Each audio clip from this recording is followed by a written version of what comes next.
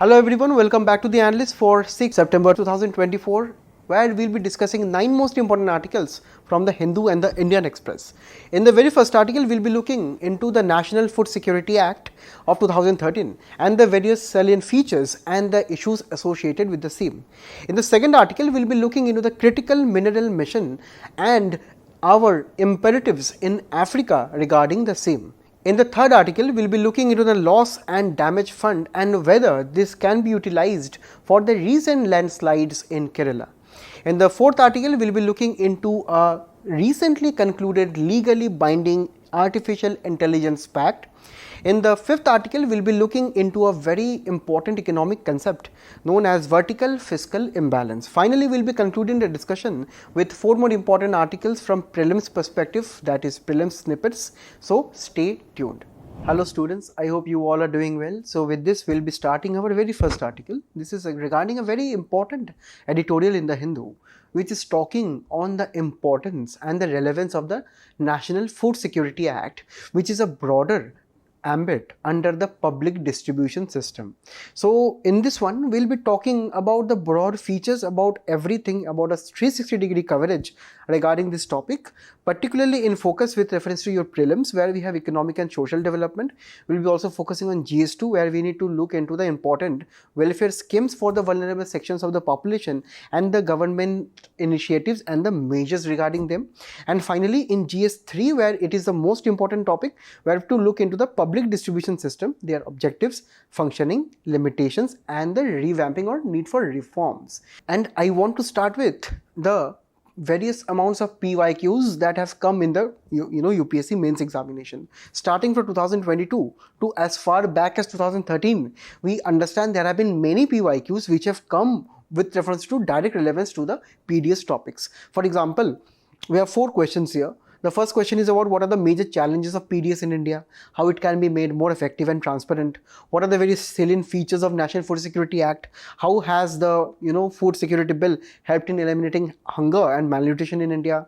Then in 2019 there was a question on what are the steps taken by the government of India to make food grain distribution more effective.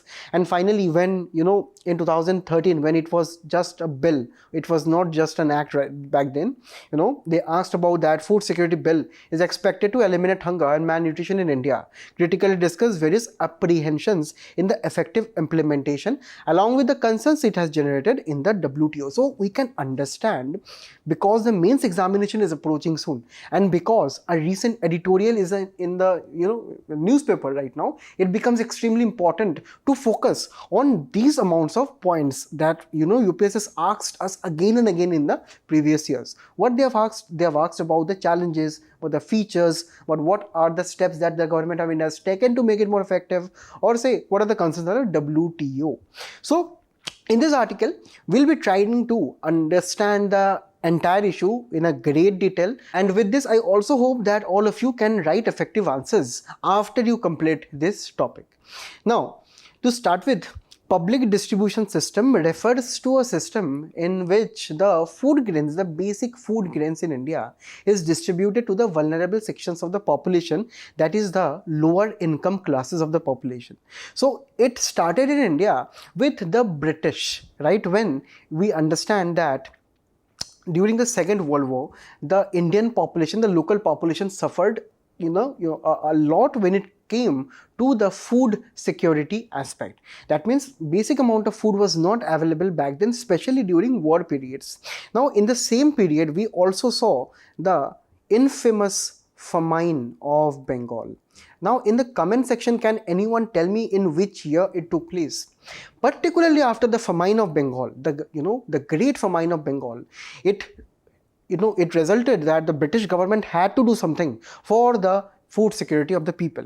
After independence from the 1960s onwards, due to food shortages, due to the acute a shortfall in the production of food grains in the country, due to which even the government of India had to import very cheap amount of wheat varieties from the US, right? In this period of time, the government thought of liberalizing the food security aspect for the rest of the people. And during the 1960s, the government of India also set up the Agriculture Prices Commission, the Food Corporation of India, which is one of the most important vehicles when it comes to the distribution of food security aspect, or say the working and efficient working of the food security program in the country. In the 1970s, the public distribution system or the provision of food grains to the vulnerable sections of the population, to the people who need food in the country, was actually made universal. That is, it was open for all, right? Whoever would want to secure, they would go to any ration shop, and those ration shops would be providing, say, either free food grains or say highly subsidized food grains to the people if they are having ration cards. Then in 1992, we focused on revamped public distribution system to focus the spread of PDS in hilly areas and in areas in India where the effective implementation of the same was not proper. Then in 1997, the targeted public distribution system actually shifted the focus of PDS from being a universal scheme to a more targeted scheme. Now, who will be the targets here? Obviously, the vulnerable sections of the population. So, in 1997, the PDS system moved from being an open for all scheme to actually being a very targeted scheme, because obviously the people who are in need of food, they must be targeting first. Next, it also introduced the provision of targeted interventions for below poverty line individuals and above poverty line individuals, where the same was indicated in their ration cards. Then in 2000, a very important scheme was launched under the PDS system itself, which is actually known as Antyodaya Ann Yojana.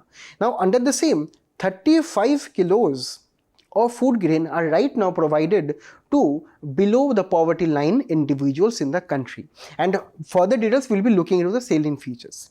And finally, in 2013, up to now, as you can see, up to 2013, the PDS was actually an initiative of the Government of India and the state governments. But in 2013, when the National Food Security Act was enacted, the right to food became a legal right.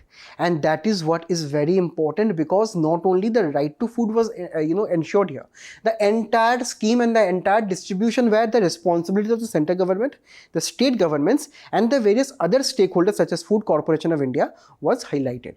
So how this particular thing is working right now in the country? We know at the very beginning of everything, we have the farmers who grow the crops.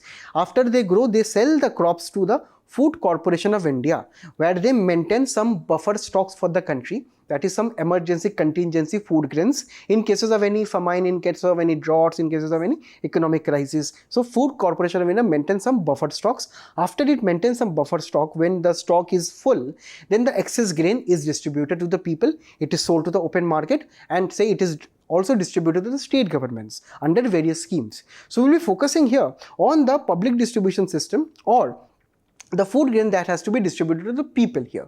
Now, when the farmers will be selling the crops, for example, rice and wheat, to the Food Corporation of India, they will be selling the crops at MSP. So the FCI will be giving MSP as a payment to the farmers, and they will be giving, or say providing, the grains. Now, using those grains, the FCI will be allocating the grain to various state governments, right? And after this distribution is done, there will be various mandis who will be purchasing this kind of, say, procurement of, say, food grains. It will be, say, sent to various warehouses in the country, where various surplus warehouses, or say the grains where in a particular government, state government, the warehouses are full. So if the warehouses are full, it will be sent to the deficit state warehouses, and after that it will be allocated to the district level warehouses. So from the district level, finally it will be going to the fair price shops or ration shops. From the ration shops, it will be given to the people. So this is simple supply chain, how it is working in this manner. And here the FCI will also be collecting something which we know as central issue price from the state governments, where the various beneficiaries, they will be buying these food grains at ₹3, at ₹2, and so on. So this is a highly subsidized price which the beneficiaries will be paying to the ration shops. The ration shops will be paying to the state government, and the state government will be paying this very nominal amount to the Food Corporation of India. So this is simply how this particular aspect is working. Now, when we look into the very basics of salient features of National Food Security Act 2013, we'll be understanding that nearly two-thirds of the country's population is covered according to 2011 census when it was last updated. So please do note it down that it is not yet updated. Now, can anyone tell me when the next census was due to be updated and when it will be updated according to the recent policy debates? In the comments below, you do mention it. Now, according to this, two-thirds of the population is covered, where we have 75% of rural population and 50% of urban population. And here there are two categories of beneficiaries. Firstly, we have Antyodaya Anna Yojana, where these households are actually belonging to the below the poverty line, and they get a provision of 35 kilos of highly subsidized food grains. And the other households are priority households which do not fall under the Antyodaya Anna Yojana. So they will be getting 5 kilos of, say, food grains, of rice and wheat individually, right? And they will be getting only 5 kilos, they will be getting 35 kilos. Identification of beneficiaries will be done by the respective state governments. The central issue prices is of rupee 1, 2 and 3 for coarse grains, for wheat and rice respectively. So rice is priced at 3, wheat is at 2, coarse grain is at rupees 1. So this is the amount of, you say the central issue prices that the beneficiaries will be paying to the fair price shops or ration shops. Then the ration shops will be paying to the state governments. State governments will be paying the same to the Food Corporation of India.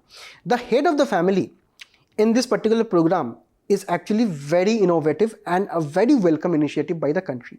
So the head of the family, if a family wants to get enrolled in the National Food Security scheme of India, the public distribution scheme of India, so the head of the family must be the eldest woman of the beneficiary household, that is more than 18 plus years, and then only that family will be considered for issuing ration cards, right? Now, in case that there are no female head of the family, there are some other provisions followed by the respective state governments. Now, the grievance redressal mechanisms is actually with the state food corporations, the DGROs and the vigilance committees with reference to any issues arising from the implementation of this act. Then the act also tells that the particular records of beneficiaries, how much grains they used, how much the grains, for example, the ration shops actually hoarded or they actually try to sell to the people, so that everything will be, say, available on the public portal on any kind of, say, public discourse. And finally, the assistance to the state governments and the union territories with reference to any kind of, say, intra-state transportation and handling of food grains, and the various, say, fair price shops, that is the ration shops, and the dealers' profits, everything will be done, or say the cost of the same will be borne by the central government. And here, when we look at the implementation issues, or say the various issues with reference to this act, it becomes very important because we have to, in our answers, mention some of the issues as we have seen in the, say, previous year questions. Now, firstly, the implementation issues are very important because, according to various experts, according to various studies and research done on the implementation of the, PDS system in the country, it has been found that the distribution is inefficient. According to 2011-12 levels, the leakages are high as 41.7%, right? Then there are various issues of corruption, black marketing. There are all the issues that we know over a period of time. Then there has been issues of hoarding, where the ration shops have been hoarding the supplies of food grains to artificially inflate their prices. Then there is a severe lack of infrastructure, digitization, and also the severe issue of infrastructure at the Food Corporation of India, where there have been many cases of wastages. Say wastages as simple as, say, food grains being eaten by rats, termites, and so on. Then there are various exclusion errors. So according to HCS Household Consumption Expenditure Survey of 2022-23, 59 to 61% people have ration cards, and this is actually a very low amount. Ideally, 100% of the population must be having the ration cards. So the coverage is not yet high. Then also, as we see, an estimate that 2.8 crore people may have been left out of the PDS system, and in particularly in Uttar Pradesh, the most in any state, as we can see here, the most number of people who have been left out, that is around at 2.8 crore people, right? And also they have in various states such as Bihar, Madhya Pradesh, Rajasthan, Maharashtra as a whole. So these are also the states where most of the people are being left out of this particular scheme due to many issues. For example, say these you say data inaccuracies, for example, wrong address, wrong surname and so on, due to lack of Aadhaar seeding with the ration cards, due to various issues and administrative side. Next, there are quality issues of the food grains aspect. There have been many cases where the food grains are very poor quality. Then the financial burden, as we can see here, on the government of India is very, very high, right? The economic cost of the food grains, that is the cost including everything, transportation cost, distribution cost, FCI cost and everything, is much more higher than the central issue price. And also, as we have seen, the subsidy over a period of time, they have been increasing, and this has been putting financial burden on the government. Then it creates a culture of dependency of the people, that people try to tend to depend on the ration shops. Even well-to-do families, they also say have this very deplorable habit of going to the ration shops and purchasing the food grains that have been earmarked some of the portions for the poorer sections of the population. That is a case of moral hazard. Then the popularity of rice and wheat, right, which is distributed under this particular act, is actually promoting the same, or is increasing the cultivation of the same in various states such as Punjab, Haryana and so on. And these are the states where we are seeing heavy cases of water contamination, groundwater depletion, a loss of fertility of soils. So this is also causing an environmental issue. And finally, the issue at WTO is that the WTO would want to ensure a free trade economy where the government subsidies should be very less. But here we see that with the MSP is actually trying to decrease the actual price of producing food grains in the country, and according to WTO, this will be hurting the world trade. And according to India, if we do not give MSP, we would not also ensure security for the farmers, and also we will not be able to procure food grains from the FCI side, and that will be leading to food insecurity and hunger in the country. So there are also concerns at the WTO that India has to address. Finally, in this article, we are seeing some positive results coming out of this particular scheme. So in this editorial, this is a very important editorial which not only is talking about the features but also some important achievements. Firstly, the author is telling that there is a decline in the PDS leakages. Early PDS reforms in some states, for example, Bihar, Chhattisgarh, Odisha, they have reduced the leakages from as high as 91%, 52%, 76% to right now as low as 9%. So these are the states which started implementing the National Food Security Act way before it was an act. That is, they started from 1990s onwards when it was a targeted PDS system, right? Then the impact of NFSA on PDS coverage, that is before the enactment of NFSA, that is 2004-5 period, around only 24% all over India people used to access the PDS. But in 2011-12, it has increased the amount to around 40%, and right now it will be even more. The data is according to various studies quoted in the editorials. Now, the new data from the HCES, the Household Consumption Expenditure Survey 2022-23, here the PDS leakages have reduced to around 22% according to this report. So it is also highlighting that the PDS leakages are reducing. And also, if you look at the various state governments, right, for example, state governments such as Assam, right, Bihar, Chhattisgarh. So as you can see, the reduction of leakage is very high, but there are other states such as Tamil Nadu, Gujarat, where the leakages have actually increased over a period of time. Then also the government of India provided various benefits during the COVID-19 period, such as the Pradhan Mantri Garib Kalyan Yojana, which intended to give further more free grains under the, National Food Security Act to the people. So it also tended to reduce the leakages due to a strict implementation of this program during the COVID. And finally, the various state governments' contributions to PDS, for example, states such as Chhattisgarh, who had done actually an incredible and excellent job in implementing this National Food Security Act, and also various state governments are enlisting the non-NFSA beneficiaries. For example, the state of Tamil Nadu is actually the state where this is universal in nature. That means anyone can access this particular scheme, right? According to various state governments, norms and regulations, obviously. Then this is amounting to around 14 crore people who are actually under the non-NFSA beneficiaries, and this is actually trying to expand the PDS coverage over a period of time.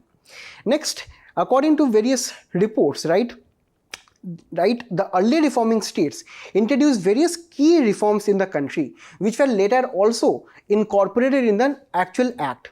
For example, say reduction in the PDS prices, doorstep delivery, digitization of PDS records, deprivatization of PDS outlets which were earlier under private hands, and this was leading to more and more black marketing and so on. So it was deprivatized later. Then it was transferring the control of the fair price shops to more responsible authorities such as panchayats, self-help groups, cooperative societies, and so on. So these are the various innovative steps. Also, further reduction in leakages were seen, by 2022-23 by previously high leakage states such as Rajasthan, Jharkhand, and Uttar Pradesh. They have right now reduced their leakages to around 23%, 9%, and 21%.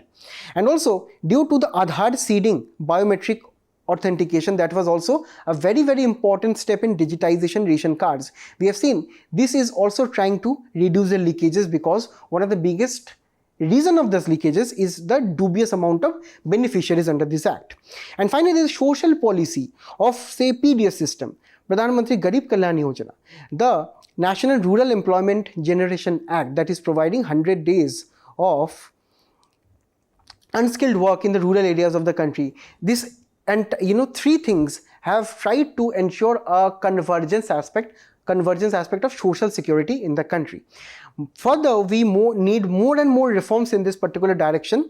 Apart from the decline in PDS leakages that we see from the report here, we need further reforms such as diversification of food security beyond wheat and rice, to include, say, eggs, to include vegetables in the same, right? We also have to modernize the FCI. We have to modernize the FCI godowns to include more and more information communication technology, cold storage units, and so on. We have to immediately conduct the 2021 census, which is being pending long time, and this is why the beneficiaries are not being updated over a period of time. So these are the various way forwards you can give in this particular context. And in the same, we have a PYQ from 2018, that is the answer of which you definitely have to give me in the comment section below. In the next article, we will be looking into this editorial, which is talking into the opportunity that India can engage with the African continent when it comes to critical mineral mission in India. And the critical mineral mission is the broader ambit that was, announced at the 2024-25 union budget. And in this aspect, also, we have seen recently in the previous analyst sessions also that China is getting close to Africa via various investments, via various debt, and this is why the government of India must be looking at the critical mineral mission and how to engage Africa and how to give them opportunities under our own interests. Now here, this is a very important article for UPSC prelims when it comes to India and world geography, because we have to actually look at the distribution of important resources in Africa with reference to critical minerals. In GS1, we have to also look at distribution of key natural resources around the world, and in GS3, where we have to discuss about infrastructure, because critical minerals are most important when it comes to the development of any nation in the 21st century, because they are critical because of the risk of supply chain shortage and associated impact on the economy. For example, consider a smartphone, consider a hospital, consider the defense sector of our country. Every sector is using critical minerals such as lithium, graphite, say various amounts of, say, rare earth elements, where these minerals are present in the semiconductors, in the electronic items. So without them, those electronic items cannot operate. And going forward, because of increased amount of digitization in the world, increased amount of technological innovation in the world, increased amount of emerging technologies such as deep technology, such as AI, machine learning, and artificial general intelligence going forward, if we want also to colonize Mars in the futures, we would want more and more critical minerals. And that is why the entire world is focused on the extraction, processing, production and distribution of the critical minerals. So it becomes extremely important, particularly the countries in which they are located or they are produced in. For example, when it comes to lithium, 100% of India's lithium is imported from Chile, from Russia, from China, Ireland, Belgium, right? Graphite, it is imported, 60% India is import dependent on China, Madagascar, Mozambique and so on. Similarly, we have various other minerals which are actually, India is actually dependent on the countries here. Now, in 2024-25 budget, India announced critical mineral mission. This mission is entailing three important goals for the country. Firstly, increasing domestic production, where recently an amendment to the MMDR Act 1957 has been enacted in 2023 to actually open the critical mining sector to the private sector. Then the recycling policy of critical minerals was also recently launched, where the electronic items and so on, they will be recycled and the critical minerals will be extracted from the recycled items. Also, this will be reducing our import dependence. Next, the overseas acquisition of assets, for example, in countries such as Chile, in Argentina and so on. So, Kabil, that is Khanij Bidesh India Limited, is going into various memorandum of understanding and various agreements with various countries abroad to deal with them and enlist them in India's interest, and also trying to go into long-term partnerships by producing critical minerals for India. Now here we have to bring in Africa into the picture. Why? Because we find copper, cobalt, graphite, lithium, nickel, which are all critical minerals for your interest.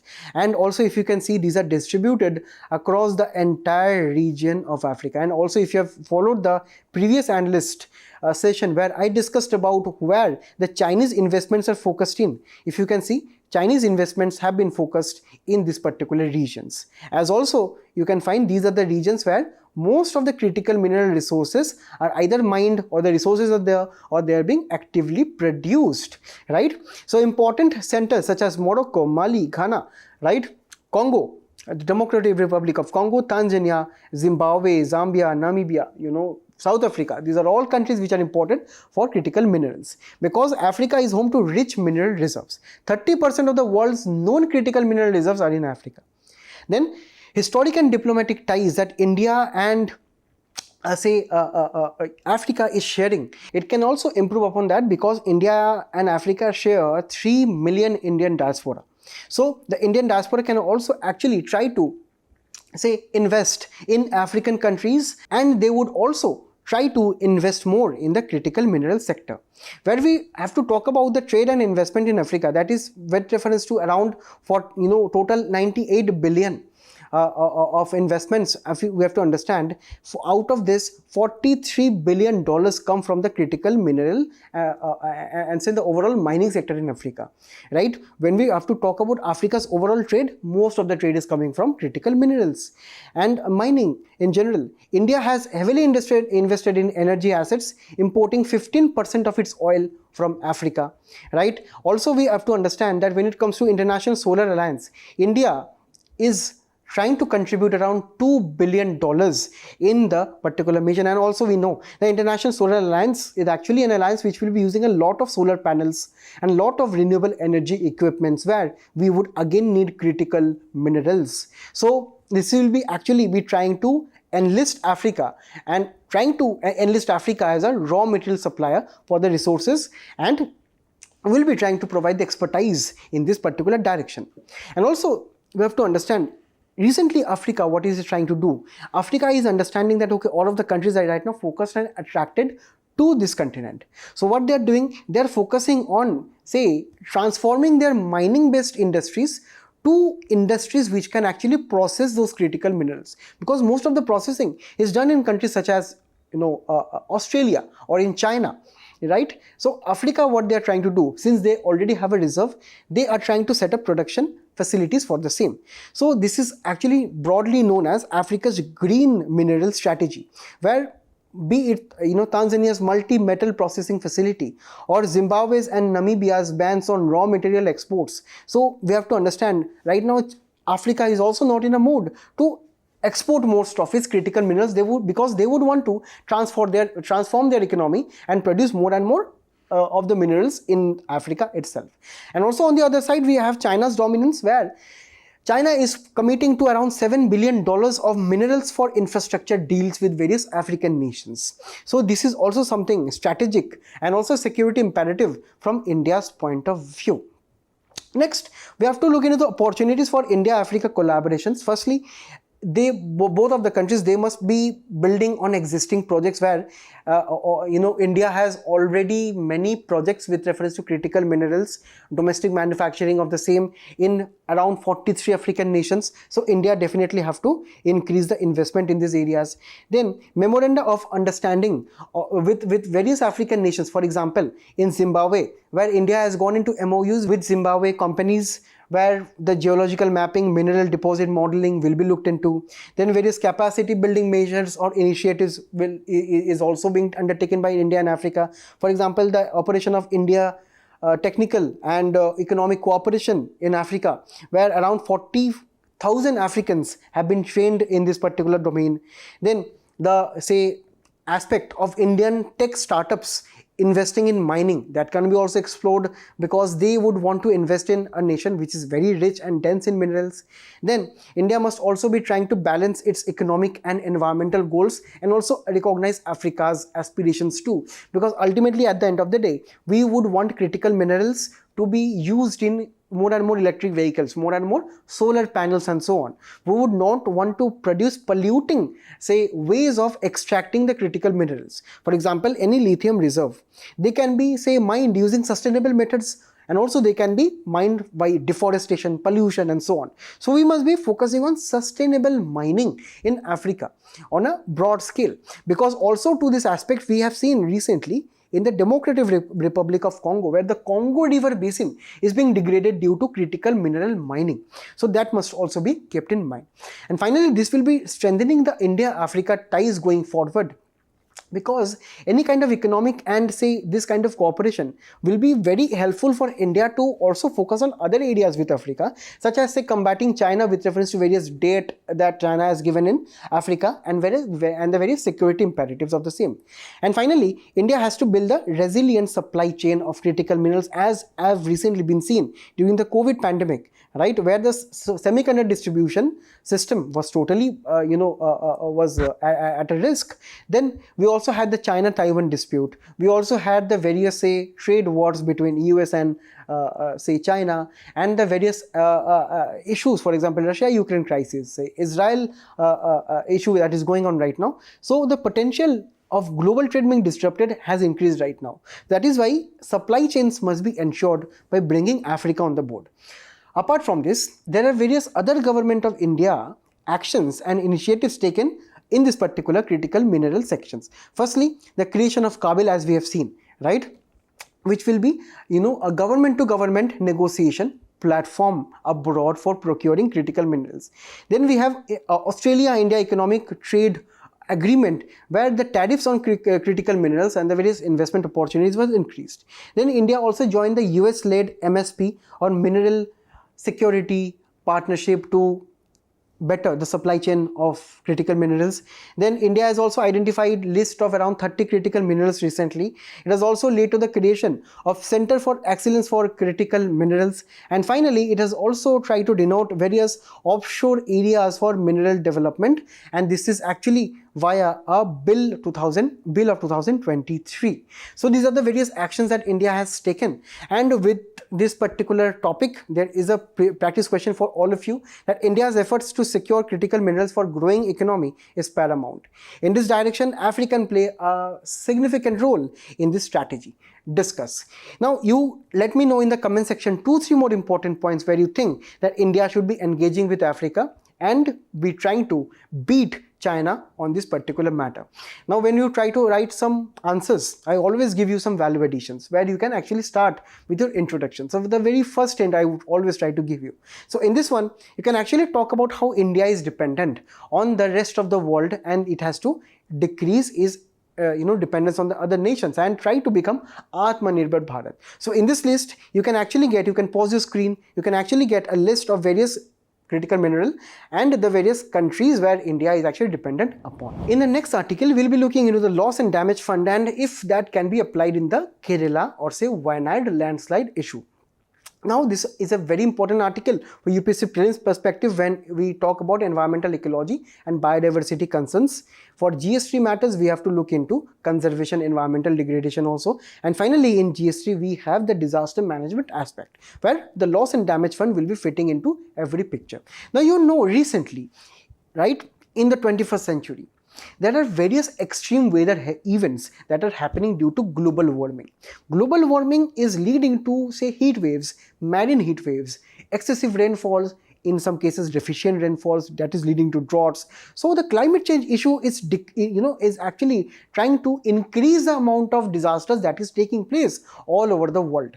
And not only we understand that these are very serious amount of disasters, but the economic losses that come out from the disasters, the social losses that the people have to suffer at the very grassroots level are very, very high. Now, according to the data from the United Nations, the loss and damage by numbers, if you try to understand, and these are very important for your mains answer writing, that around $435 billion is the average annual cost of loss and damage to the developing countries due to various disasters that took place due to climate change. Be it the erratic monsoon, be it the extreme amount of, say, landslides, floods which are happening, be it that cyclone which is very unregular during that time of the year and caused havoc on the coastlines, the damage is very high to the developing nations. Then around $525 billion is the expected or estimated cumulative climate losses of 55 countries in at least 2 decades in the last 20 years. Can you imagine the amount of cost to each and every individual nation? $1 trillion is the estimated cost of, say, loss of damage to the developing countries by 2050. That is, the countries would need another $1 trillion by 2050 to combat with the losses. And $300 million is only the amount which have been paid by, or say pledged. It has not also even been paid. It has been just promised by high income countries as an effort to mitigate these losses. So this amount is very low according to, say, the data that we have seen here.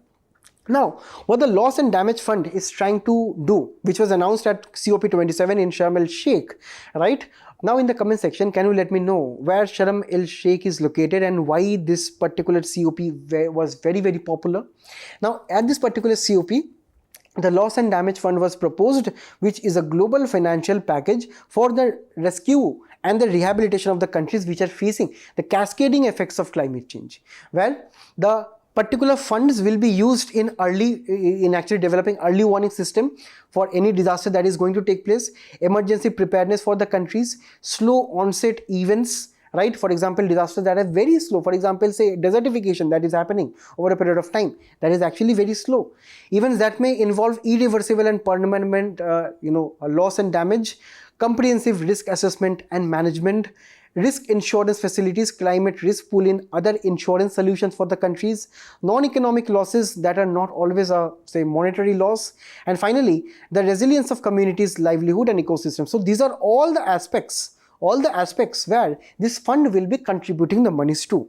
And these are categorized as economic losses and non-economic losses according to the monetary value. So economic losses are those kind of losses where monetary value can be attached. For example, a bridge has been destroyed. So we know that, for example, say we need, say, 10 crore to build that bridge again. But for example, non-economic losses, for example, loss of livelihoods, loss of shelters, loss of lives, these risks cannot be measured. So not only economic losses are covered, non-economic losses will also be covered once this fund is formally declared by the global community. Yes, because it has not been declared formally, as of now, because still the modality, still the formality, still the rules and regulations are yet to be framed. And as of now, the World Bank will be overseeing the fund in the very beginning. Later, the process is yet to be seen.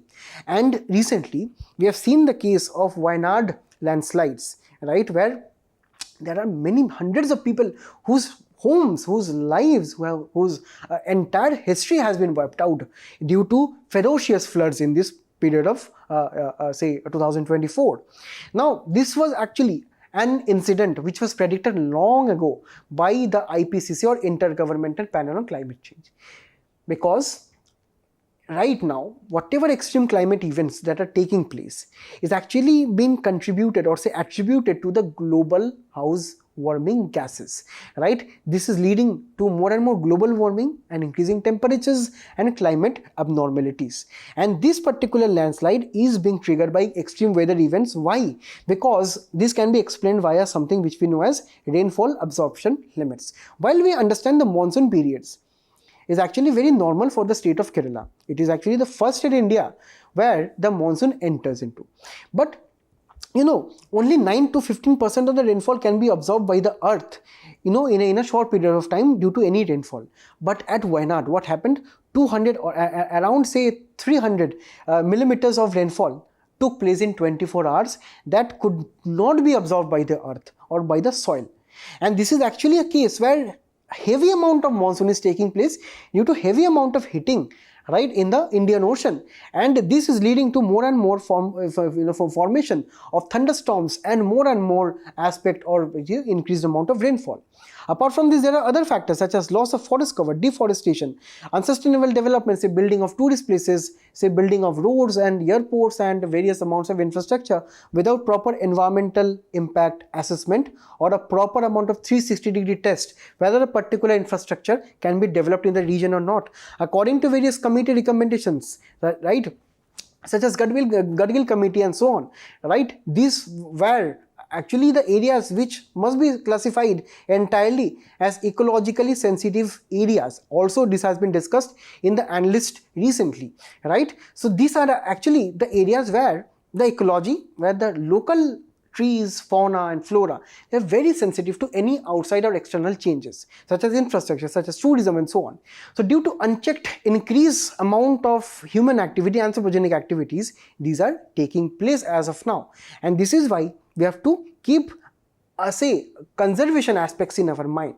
Now when we talk about the loss and damage fund and its application in Kerala, because huge amount of economic losses, huge amount of non-economic losses have occurred here.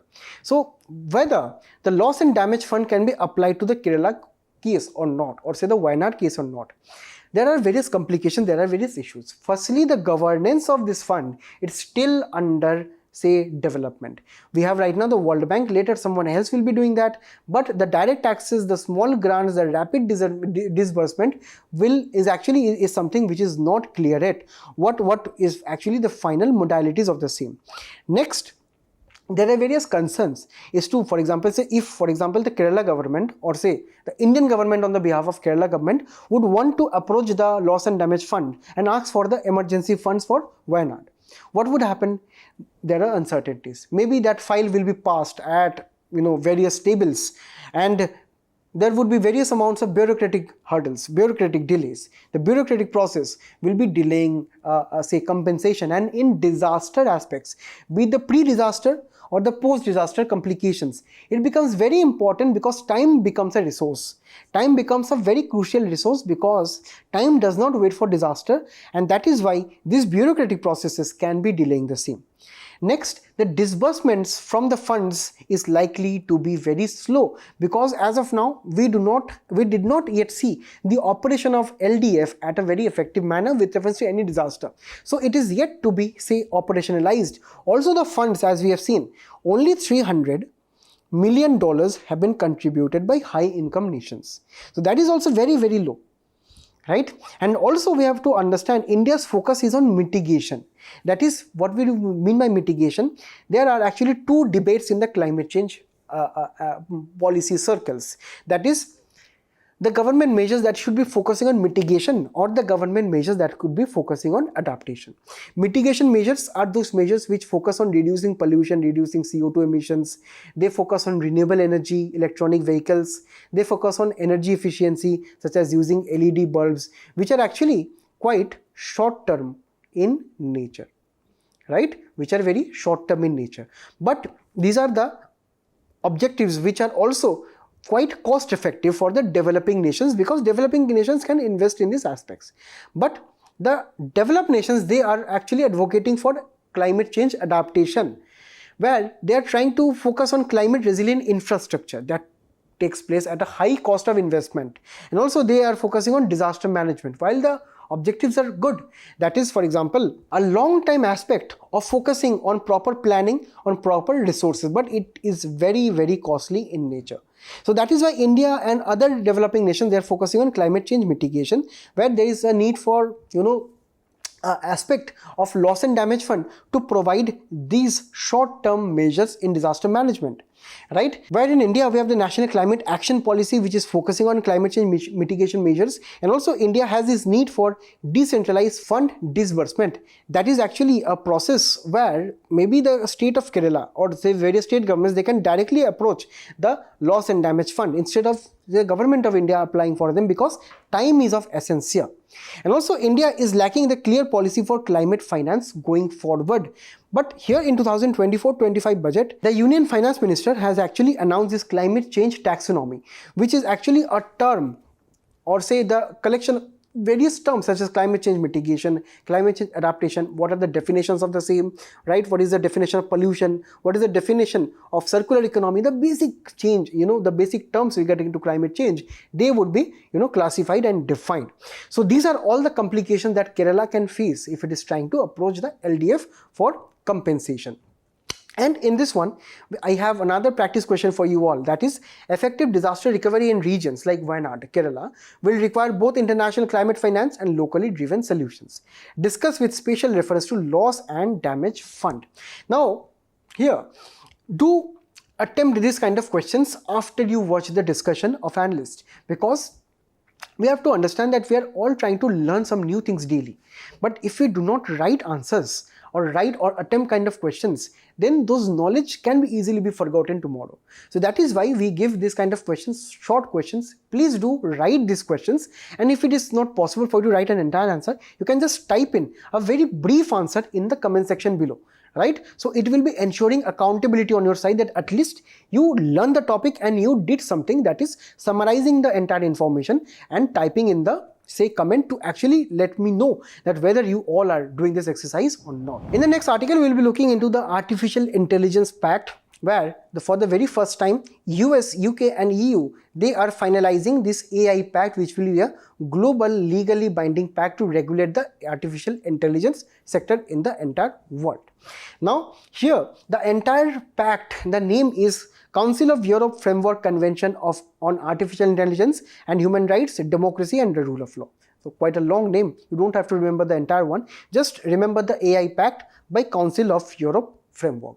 And here, for the past 2 years, and for more than 50 countries have been deliberating on this, and this is the first of its kind global treaty that will ensure that AI upholds people's rights. We understand there are many threats that come from AI. Disinformation, breach of privacy, and various aspects of, say, copyrights and harm to people's jobs and so on. So we understand AI poses many risks. It can affect people's life, and that is why companies that are actually pioneering or developing AI technology, they must be brought under some regulations to not have any unchecked AI development in this world. So there are various obligations and applicability with reference to member countries if they become a part of this pact. Firstly, AI systems are which are actually consistent with obligations to protect human rights. That is, any companies, any member countries to this pact, they must be ensuring that AI systems are protecting people's rights. The countries must also ensure that the systems are not used to undermine the integrity, independence and effectiveness of democratic institutions and processes. So democracy, rule of law, they must be upheld with reference to AI development too. And also the countries must be putting in measures to protect a democratic process in context of articles or activities that happen within the life cycle of AI system development. So broadly what we understand, that protection of human dignity and individual autonomy will be ensured, transparency and supervision of our AI companies, AI data will be ensured, responsibility for negative impact on human rights, they will be also be put on the member nations, and various national level laws and rules needs to be framed. Equality and non-discrimination should be promoted. Privacy and personal data protection is a very important aspect in this AI AI Pact, and promoting systems reliability and innovation by various startups with reference to how it can be made more safe and secure for people's right must be there. Now apart from this, we have also some other global regulations on AI, such as the G7 Pact on AI that was declared in 2023 October, Europe's AI Act, which is having the various risk categories of AI, for example unacceptable risks from AI, high risk, limited and minimal risk. According to this, various activities are either allowed or totally banned with various exceptions in the EU. Then there is also this Bletchley Declaration, which have been conducted by 28 nations as of November 2023. But when we discuss this particular act, AI Act, there are some issues. Firstly, and also when we discuss about all this AI Act, all of these acts have some kind of issues with reference to their AI legislations. Firstly, there are exceptions that are given to national security and research and development. So if we are talking about AI, right, and the development of the same, so exceptions must not be there in this particular manner. Next, punitive sanctions such as penalties or fine, they are also very, very low. And also the participation, for example, by developing nations in particular, such as countries like India and China and this particular international pacts, these are also very low. And if the countries are not participating, the particular development of this pact will not be fruitful in the long period of time. And in this particular aspect, we have another practice question for you all. Like always, I also try to give you a hint. Now in this question, the Framework Convention on Artificial Intelligence will ensure that AI upholds people's right. Do you agree? Now in this, first try to define AI, artificial intelligence. So you can define AI with reference to applications in machine learning, neural networks, natural language processing, robotics, all of which are also covered in the previous analyst sessions, right? So AI, firstly start with the definitions of AI and then talk about how this framework is having the various provisions and also the various issues with the same. In the next article, we'll be looking into vertical fiscal imbalance, because the role of 16th Finance Commission should be to eliminate vertical fiscal imbalance in fiscal relations. Now, this topic is highly important. Firstly, let us know what vertical fiscal imbalance is all about. It is nothing but just the sum of states' own revenue receipts and the total tax devolution from the union government divided by own revenue expenditure of the states. It is also explained in this particular graph. For example, there are various state expenses, state government expenses, such as public order, transport, education, health, other expenses, and some of the sources where the state governments also earn their revenue. For example, say royalties, revenues, goods and services, GST, and so on, right? Other sources. So generally what we see, the state governments have a shortfall. That is a vertical, if you see in this particular manner in this graph, is a vertical imbalance. That is, this is the expenditure they have to make and this is the revenue that is they're having. So the shortfall in this particular aspect is known as vertical fiscal imbalance. It is actually the tendency where the states are dependent heavily on the union government for various funds, and this can impact the state government's functioning over a long period of time, because it can decrease their investment on health, it can decrease the investment in overall public welfare activities and so on, and it can also increase the dependence of the states on the center, and hence can breed not so good picture for the federal feature of the constitution of our country. And here what we understand, the role of the Finance Commission, be it the 14th Finance, be it the 15th Finance Commission, is actually to devolve the gross amount of divisible pool of total revenues of the government of both states and the union to be distributed to the union and the states. That is, right here, according to various criteria such as population, area, forest ecology, right, and so on. According to various Finance Commission, the Finance Commission right now, as we can see in 15th Finance Commission, they try to devolve the sum of money to the various state governments based on their performance, population, area, tax effort, demographic performance and so on. So this is actually a source where the state governments are getting their fund, but it is actually a culmination of various issues that is leading into the vertical fiscal imbalance. Firstly, if we understand that the state's share in the divisible pool according to the recent or say the latest 15th Finance Commission, it is around 42%, that is 41% to all of the state governments and 1% for Union Territories of Jammu and Kashmir and Ladakh. That is, we understand 41% and 1% of the total funds will be going to the state government and the rest will be going to the center. That is in itself, we see already the funds that are according to the Finance Commission, that is less than 50% is going to the states. Apart from this, the Finance Commission can also recommend various grants and the various other aspects to be funded to the state governments, right? So this is where the constitutional division of financial duties are there, right? Whether tax collection is generally done by the center and the states, right? The expenditure responsibilities are generally with the state governments. Next, we also have various cess and surcharge which are not shared with the state government, that are actually with the central government.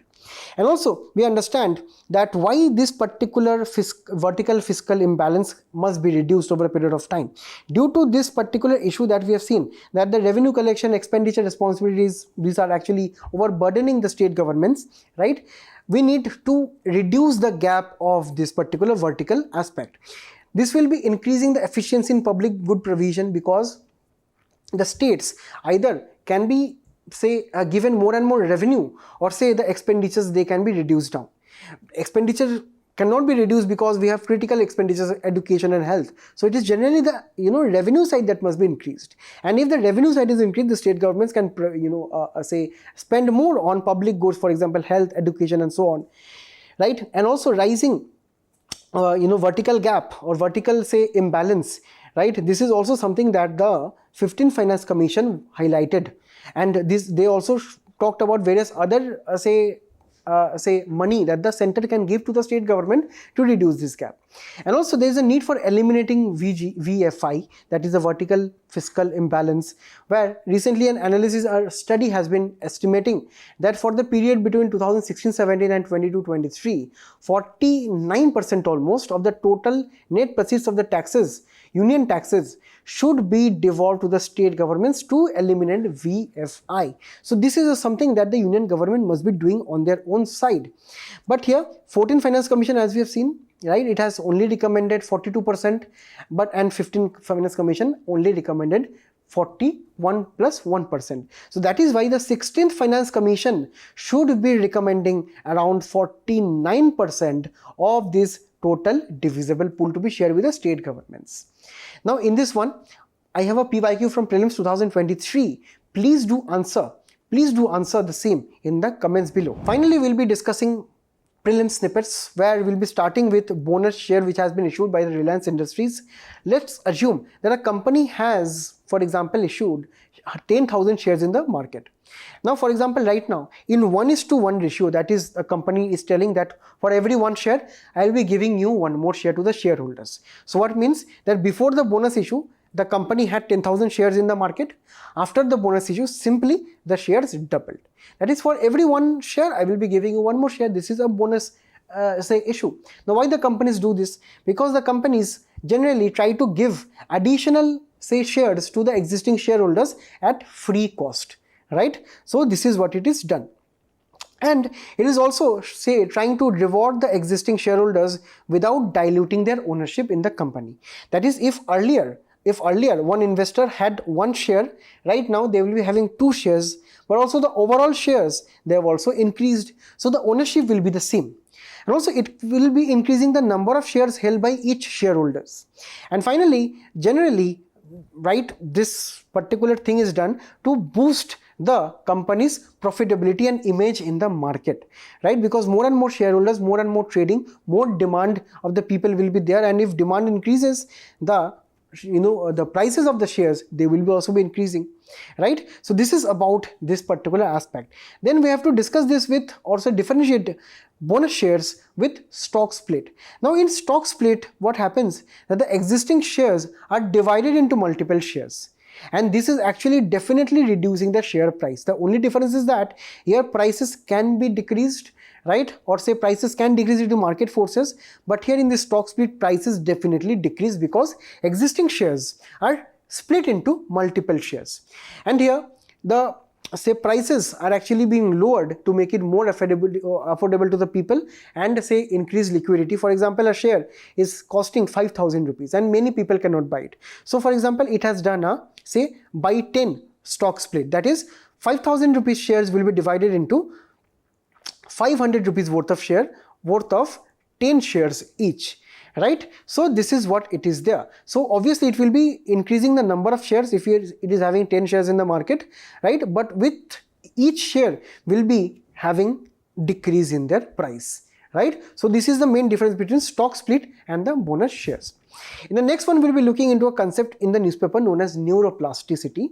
Neuroplasticity is the brain's ability to change and adapt throughout your life. For example, you're watching this video, you are learning new things, you are making notes. Later, you will be revising the notes and you will be revising and revising the notes. It's also very important in UPSC preparation to keep revising and revising again, because let me tell you, it is the only thing, right, that is important over a long period of time. If you actually prepare for some examination, you have to retain the information, you have to retain the content, and for that you have to revise. And when you revise, what happens in your brain? Your nerve cells, they make more and more deep connections with with each other. That is actually something which we know as having a synaptic connection. That is, the connection between two nerve endings become more and more entrenched, more and more deeper, right? So this is where this neuroplasticity means that it is the brain's ability to change and adapt to your life experiences, your education, and so on. So there are some key concepts such as synaptic plasticity, that is actually looking into the strength of the synaptic connection between the neuron cells. As we know, in a neuron we have the axon and the dendrites. Now in the dendrites, at the end of the dendrites right here, right, the other end of the other cell, they would want to connect with themselves and hence improve the electric conductivity between the two cells. The better it is, the better your synaptic plasticity is.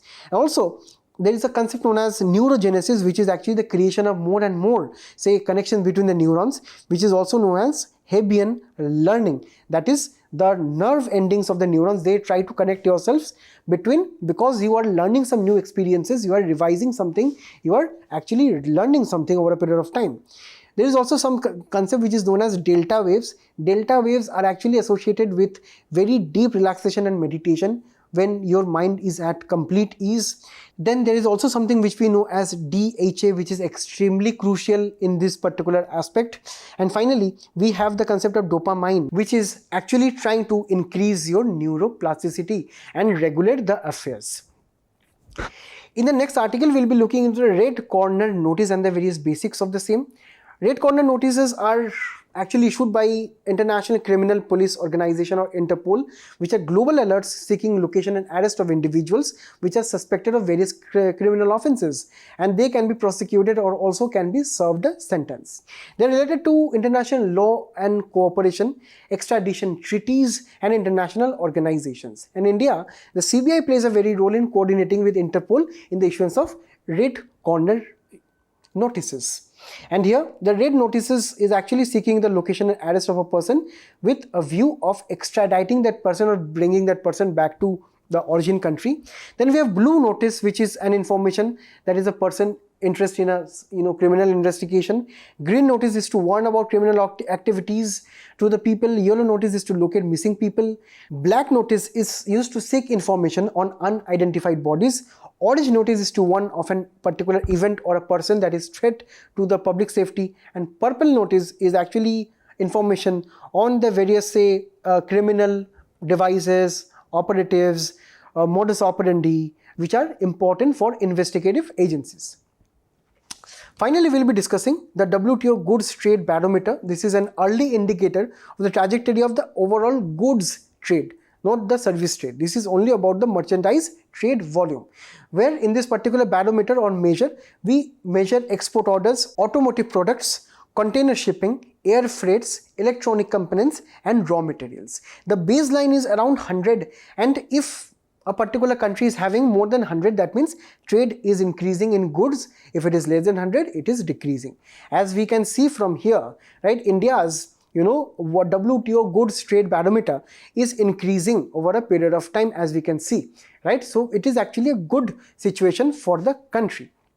And also, if you can see the overall, say, world merchandise trade volume, it is decreasing for, over this black line, as you can see, but the goods trade volume, as you can see, it is increasing. So what you have to know, you have to just know about India's own trend in this particular data. Now, I thank you all for being a very patient audience. So please do attempt the quiz which is following up. Till then, all the best and best of luck. Thank you.